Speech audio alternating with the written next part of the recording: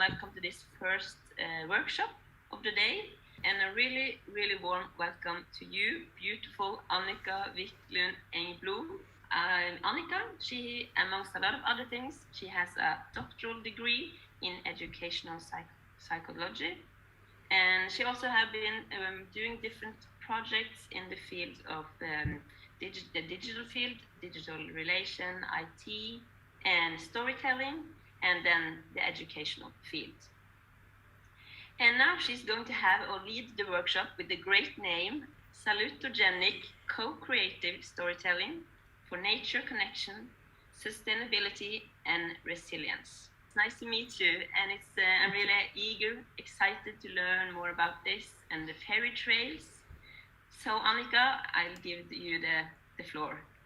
Thank you very much. Well, really nice to be here, and I've been so amazed by the talk so far. So I hope that my workshop will also gain some insights in how you can use nature, for instance, for the same purpose as the rest of this conference. Brief view of the content. I'll describe my project that I'm working for, which is called Naturkraft, Empowered by Nature, and the fairy trails that I will talk about. I will talk about the objectives of them, the theories behind them, and the design process of them. And then you will have activity to do with an object from nature.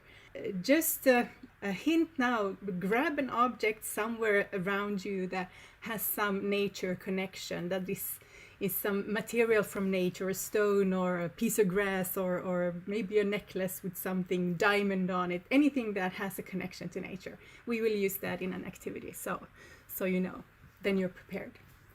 Then we do an activity also with story making, and if we have time, you can listen to a part of a fairy tale that I actually translated to English. So and it's a fast translation, but anyway, you have to bear with me there. So that's the content, and I'll start with a story. This was a normal Tuesday, and I got a phone call. And you know, sometimes when you get a phone call, your body just reacts to it, and I knew that something was trouble. And I saw it was my brother, and the phone call was about my dad had just died. They had found him dead in the apartment, and I was in shock, and I didn't know what to do. You know, it's just chaos when these things happen. And I did what was the most natural to me. I grabbed my jacket and I walked into the forest. And I walked and walked maybe for 4 or 5 hours. And I don't really have many memories from the walk.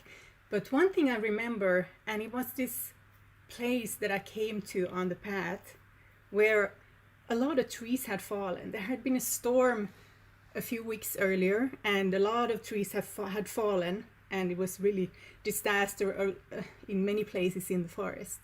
And on this path there was huge trees just falling all over the place. And I stopped because in a way I just felt comforted by this chaos. And I didn't realize it then, but I realized it afterwards, that the chaos just mirrored the chaos inside myself at that moment. So the symbols from the nature, the pieces of nature around me, sort of gave me something that was very therapeutic at this moment. Many months afterwards, I realized that this story was actually a really good story to describe the objective of the project that I was working for, because it's about bringing people into nature for their own sustainability, but also for the sustainability of nature. The pediatrician Winnicott, he said that he talked a lot about play. He was a psychoanalytical person, and he talked a lot about how play is really important for our development. He also said that the illusory play that we do in nature is really important in our development, because later in life we can use that sort of illusionary play as symbols to help us become resilient for the disillusionment that we will all meet later in life in crisis that we face.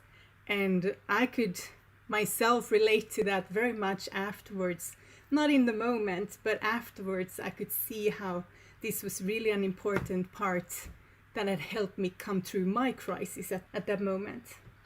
So from that to the aims of the project that I'm working for, Naturkraft, which is then in English about empowered by nature.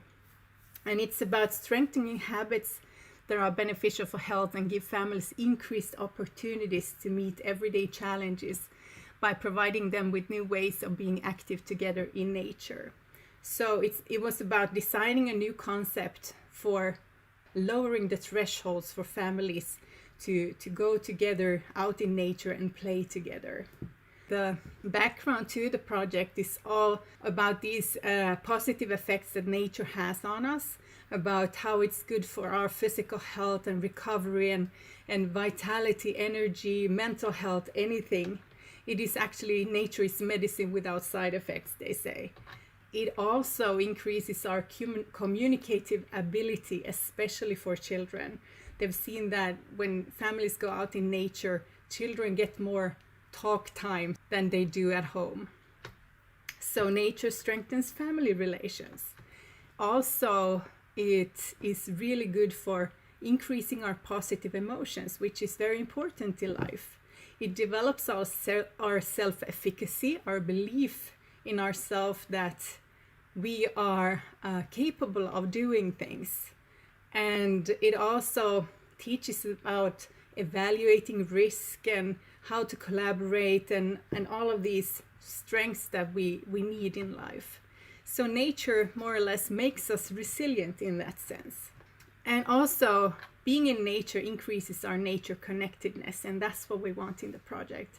It increases our empathic ability, both towards each other but also towards nature and animals. The thesis is that those who feel connected to nature protects nature, and that's important, of course. But also nature connects us to something bigger, and this in itself creates a sustainable life. So the plan then for Naturkraft was to create group events.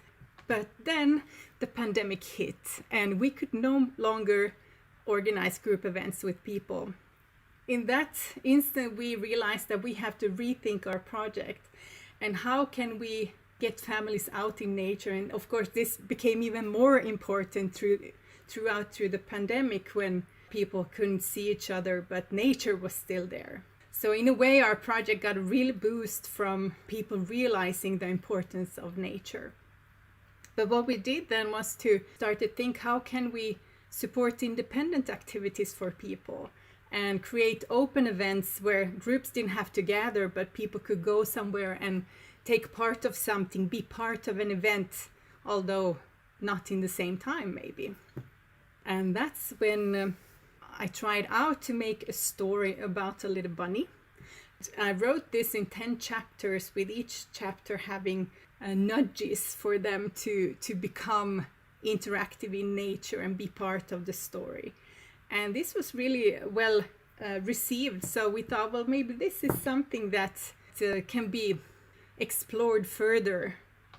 We also wanted to be interactive. So the instructions were that the families make the story their own through playfulness and let their imagination then flow and include nature in the story, and then to adapt activities to what is available in the surroundings, and then also be able to record an audio message to the little bunny and tell them about or tell her about the experiences on the fairy trail, so they could call and send a message to us then about their experience.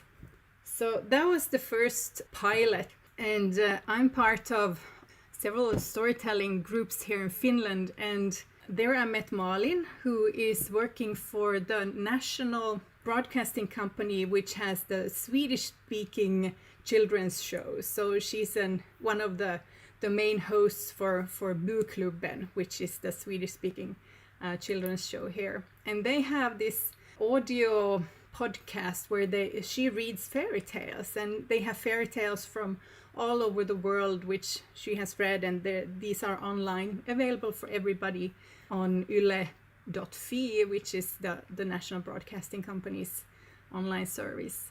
So we thought, well, we have the same target group, children's with families, and maybe we could do something together around these fairy trails and innovate around it and make it more public in a larger sense.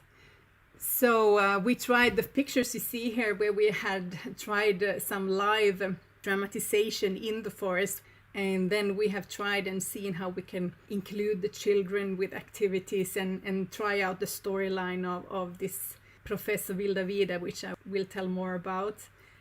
We felt that this was something that actually was worth going ahead with.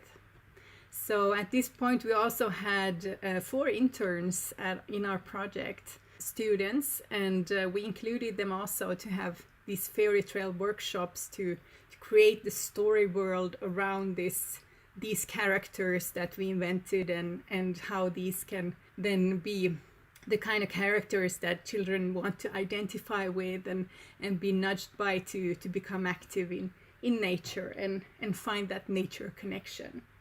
The objectives of the fairy trails are, first of all, to inspire people, families and children, to want to go out in nature, but also to empower them to do it on their own, that they feel it's some sort of the meaning making around it feels like something that they want to do and feel it's a positive experience. The objective is also around this nature connection that I said, that the purpose of the project is to increase people's nature connection, both for their own and the world's sustainability. And also, when I said already about the resilience factor, that nature actually is very important for us. And at this point in time, a lot of people live in cities and they lose the connection to nature, and that makes them less resilient for all sorts of things in life. And then sustainability. And here is also, for instance, in the Nordic countries where we have the right of public access. We wanted to include this in the fairy trails so we could teach children and give parents the opportunity to discuss what is the right of public access and which kinds of responsibilities and affordances does it give us actually. So those were the objectives. Then we had a lot of theories to sort of lean against, and the background theories that we have used a lot. For instance, Bruno Bettelheim's book, The Uses of Enchantment, is a really nice one. And I studied it a long time ago, but it never left my mind. You know, it's one of these books that you read and actually it stays with you. And I remember, for instance, this example of a boy who was really keen on the story about Rapunzel, the one with the long hair. And at one point in the analysis that Bruno Bettelheim did, he was very identifying with the princess. But after a while he moved over and then he started to identify with the witch. And this shows that how the characters can relate to developmental stages in our lives. When we grow, we sort of evolve in how we identify with the characters. And this also is the way of how to use these characters to assist in our socio-emotional development and our development as human beings. And I don't think this is something that is just for children. It's throughout our whole life, and how we can practice and actually how we wanted the fairy trails to be tools for practicing the socio-emotional development in many ways. So that was one theory. Then relates to this comes also the archetypes and how you can use these, both the light attributes and the shadow attributes in these characters to sort of show how you can be a person, but you can go from being projecting the shadow attributes and then you can transform into something else. And this gives hope, I think. And we wanted to explore how archetypes could then be used also in these fairy trails to sort of build the story. So we thought a lot about the characters and then we have this positive psychology, and that's all about how to flourish in life and which factors can you design into your life in order to flourish as a person, and which are the character strengths that you can sort of practice to become a better person, have a better life throughout your development as well. So based on this Seligman's and Peterson's research, these are the sort of the character strengths that they've found throughout the world, which more or less culturally, this is a global thing. So these we also wanted to sort of put into the fairy trails to show how you can find your strengths and sort of use them to solve problems, to transform and to realize your own strengths. And also mindsets for learning. I think it's a very interesting aspect of how you can design things and twist it so that instead of having these limited beliefs of your abilities, then you can shift the attitudes into a growth mindset where you see how failure can be an opportunity to grow, and knowing that if you don't know something, it's not a stop. Challenges help you grow. And so these are theories, and also mindfulness is one that there's been a lot of research around, how you can use mindfulness for enhancing health and benefits for life. And these are also connected to the activities that we will make, but also the attitudes. You can see how they relate also to, for instance, the strengths and other theories. But these are sort of the background theories that we have used and seen how we can implement in ways that enhances this psychological aspect of the fairy trails. And then to the design of the fairy trails, we wanted to evoke curiosity and engagement. We wanted to make the children, wonder, what is this? But I want to get involved, and to create mysteries and challenges and humor and controversial characters which could, be identified with in different ways, and then also to sort of open this magical world of spells and magic and amulets and magical wands and stuff like that, and also to include co-creation, so they felt part of the process and felt that they were empowered to be part of the story in that sense. Also, we wanted to make it transmedial, since it had to be open events. We wanted to include all kinds of media-based material that we could. So in that sense, you see the QR code there up in the corner on the flyer. That's the connected then to the audio version, which Malin was reading, which you could find then on Yle Arenan, yle.fi. And then the text was provided on the flyers with some pictures. Transmedia is more or less about how a message, flows through different mediums. And here we see also the children as part of this media process, because it's their imagination and the nature around them that also be mediums for the message, whatever that is. And the co-creation also, where they become part of the story, becomes this transmedia process. And finally the connection that is hopefully connection both to the people that are with them, but also to nature and to the story. A sense of coherence is a theory that I work for Folkhälsan. You can see the name there. This is a theory they have adopted for all the work that is done in Folkhälsan. It's an organization to increase people's health, and it's a non-profit organization in Finland. The theory of the sense of coherence, it's for something to make people feel or flourish in life, sort of like the positive psychology, but from the other perspective, that you need something to be comprehensible, that it makes sense to do it, that it's meaningful for you, it's worth it, and it's manageable. I know what it takes to do it.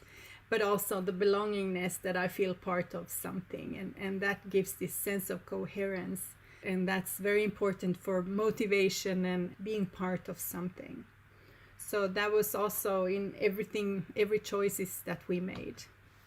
For the activities also, we felt that the embodied experience was very important for understanding nature, because experiencing with your body is a way to sort of connect and get this inner connection for something to be important to you. Here in the activities, we wanted to include all, sounds and sight and smell and taste and touch, but also the proprioceptive of how the body is in the environment, the balance, the interactivity of it, and the interception then is then how you experience your inner being, your everything from your hunger to your emotions to whatever, that you can explore that in that experience. So here's where mindfulness also comes in, where you can be triggered to stop and feel and embrace the embodied experience of the moment. So that was the goal. And also to use the body symbolically and, for instance, fly like a bird and sort of become part of nature in that sense, and create with your body and with each other. But also to evolve our senses. And if some of you are familiar with forest bathing, here we talk about exploring the magical sense and the heart sense and the radar sense. And this is very much about mindfulness as well, stopping the cognitive, more feeling into your body and having the sense of exploring something with your magical sense and see how you can open your mind in that way in the experience. In Denmark, there's this nature therapist called Thomas Lasse Edlev, and he talks about 4 dimensions of experiencing nature. And this is to experiencing it rationally, or sensory, embodied, like we just said, or imaginatively, or then spiritually. And we will explore these in an activity later on. The process then of these fairy trails, we used the Hero's Journey format, and in that sense made 10 different steps. We didn't use them like strictly in that sense, but sort of like this process of going on a journey and coming back, solving a problem and going over the threshold to the magical world. So we made these stories about Professor Vilda Vide. But the plan is to make 4, because we want a fairy trail for each season, so the activities can be grounded in what's possible to do in nature in that season.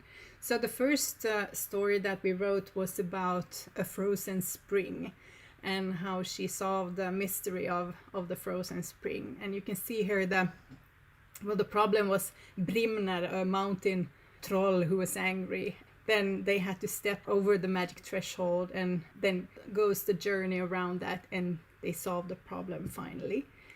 Jump to the next one. This was the summer story.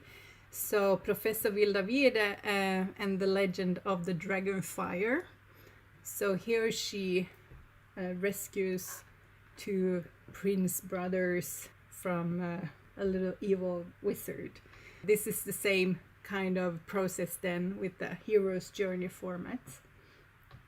And actually today this one is released. It's Professor Vilda Vide and the Careless Leaves.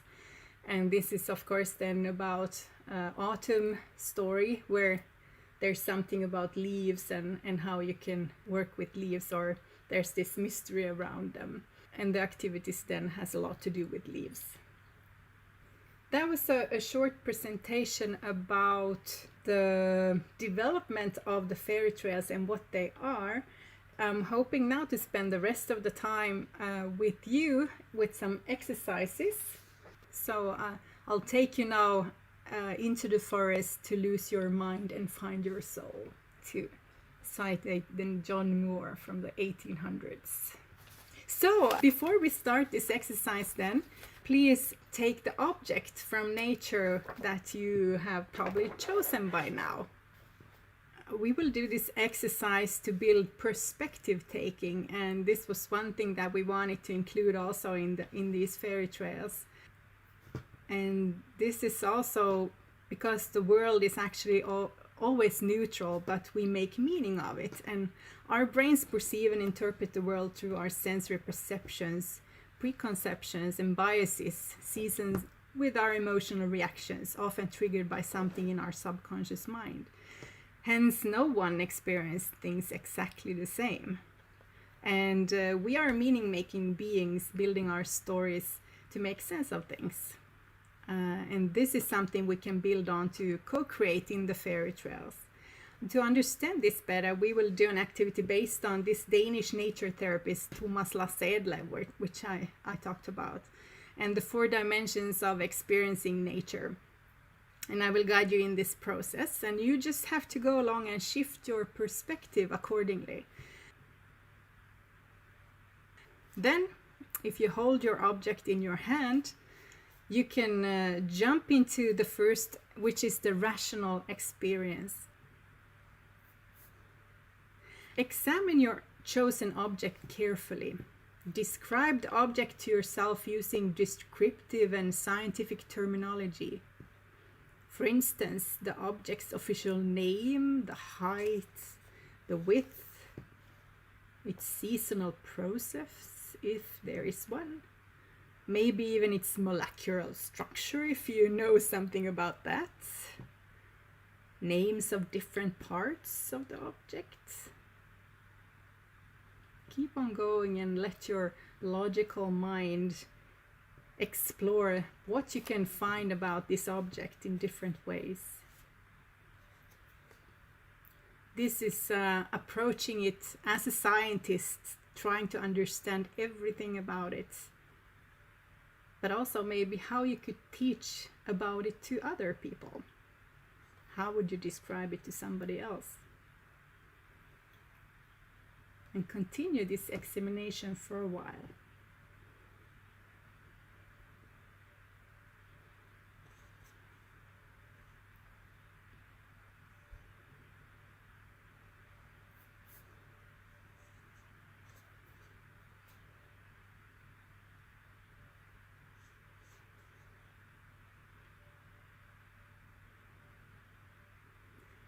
Notice something about your own experiences in this process.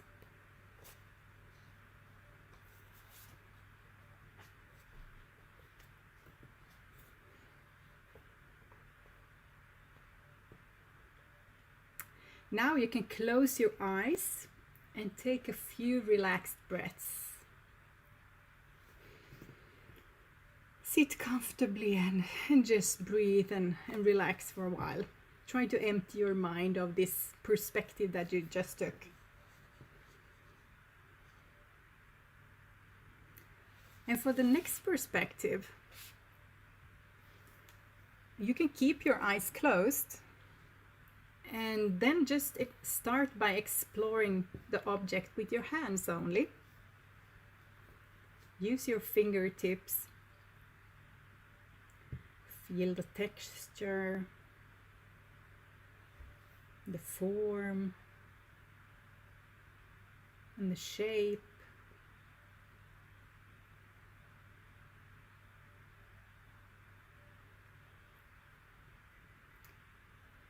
Here we move from our left brain of words and logic to our right brain of non-verbal experience of form and touch and feel. The spatial experience. But you can also use your eyes and smell and all the senses that you have.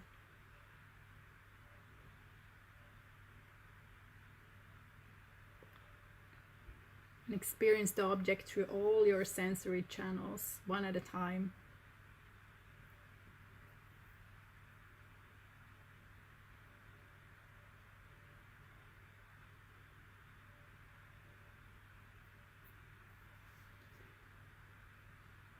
And here you can reflect on how you would experience the world with your senses only, with no words.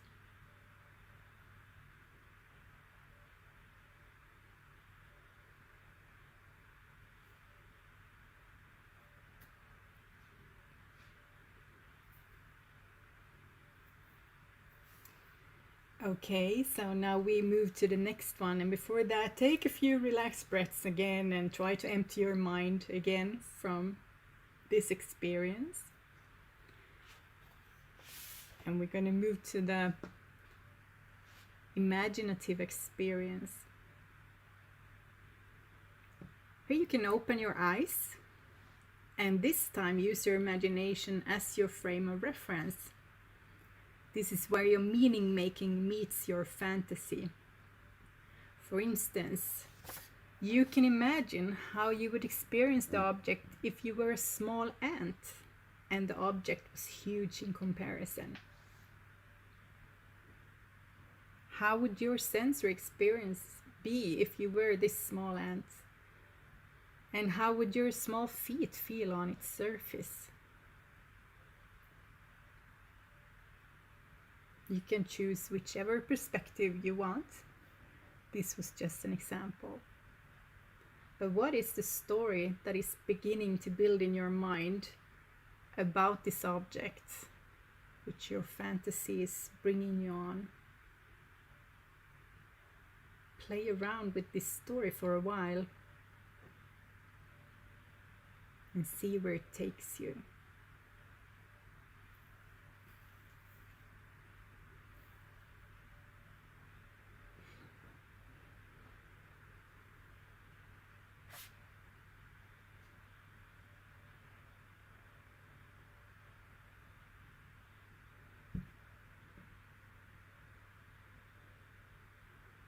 One more time, close your eyes and take a few relaxed breaths and empty your mind again.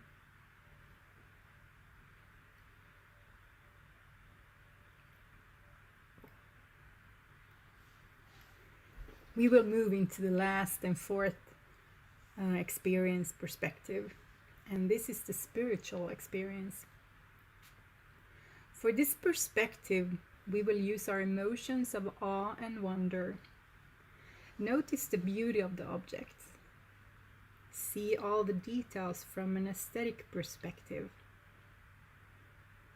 Look at the object as a piece of art created by Mother Earth as the artist for the purpose of you to enjoy.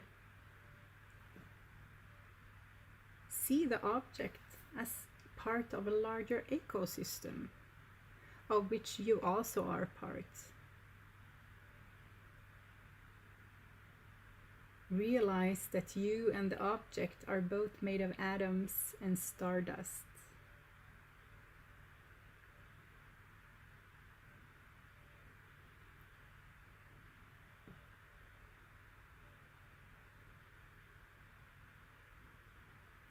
Make sure you sit comfortably and hold or touch the object. Close your eyes and tune into your heart sense and explore the heart connection to the object. Notice your emotions.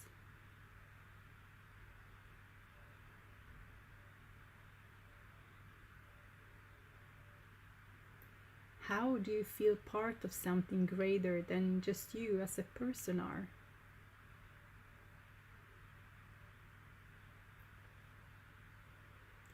You are connected to nature and part of the evolution of everything. Getting a glimpse of this place and time as one fractal of moments in the history of the universe.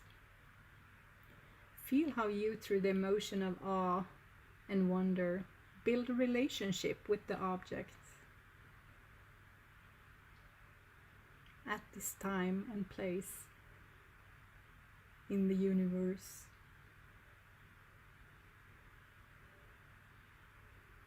You will probably remember this moment and that you and your object are forever connected.